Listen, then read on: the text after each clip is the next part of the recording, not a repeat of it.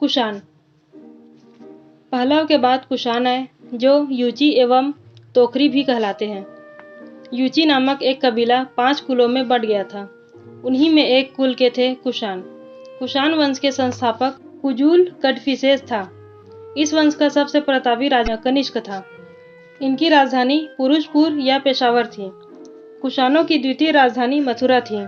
कनिष्क ने 78 ईस्वी गद्दी पर बैठने के समय में एक संवत चलाया, जो शक संवत कहलाता है, जिसे भारत सरकार द्वारा प्रयोग में लाया जाता है।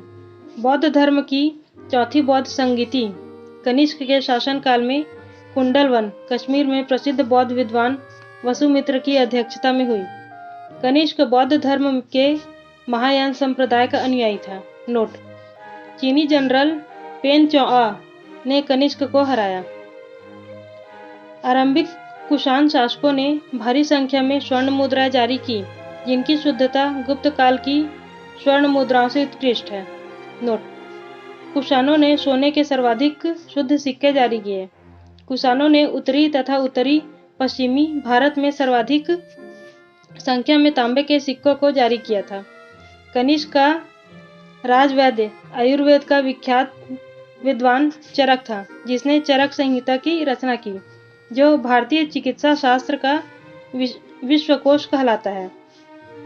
महाविभाष सूत्र के रचनाकार वसुमित्र हैं।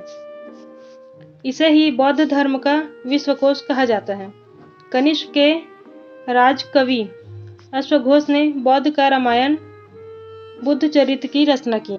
वसुमित्र, पार्श्व, नागार्जुन, महाचेत और संघरक्ष भी कनिष्क के दरबार की विभूति थे। भारत का आइंस्टीन नागार्जुन को कहा जाता है। इनकी पुस्तक माध्यमिक सूत्र, इसमें नागार्जुन ने सापेक्षता का सिद्धांत दिया है। कनिष्क की मृत्यु 102 ईस्वी में हो गई। कुषाण वंश का अंतिम शासक वासुदेव था। नोट: कुषाण राजा देवपुत्र कहलाते थे। यह उपाधि कुषाणों ने चीनियों से ली। गंधार शैली एवं मथुरा शैली का विकास कनिष्क के शासनकाल में हुआ। मथुरा संग्रहालय में कुषाणकालीन मूर्तियों का संग्रह अधिक मात्रा में है। गंधार कला के लिए तक्षशिला प्रसिद्ध है। रेशम मार्ग पर नियंत्रण रखने वाले शासकों में सबसे प्रसिद्ध कुषाण के थे। कुषाण साम्राज्य में मार्गों पर सुरक्षा का प्रबंध था। रेशम मार्ग का आरंभ कनिष्क ने कराया। नोट: पहला, रेशम बनाने की तकनीक का आविष्कार सबसे पहले चीन में हुआ था। दूसरा, मथुरा शाटक नामक विशेष प्रकार के वस्त्र का निर्माण केंद्र था। शाटक नामक। कुषाण काल में सबसे अधिक विकास वास्तुकला के क्षेत्रों में हुआ था। इसी काल में बुद्ध की खड़ी प्रतिमा का निर्माण हुआ। यह था कुषाण वंश का इतिहास। जय हिंद।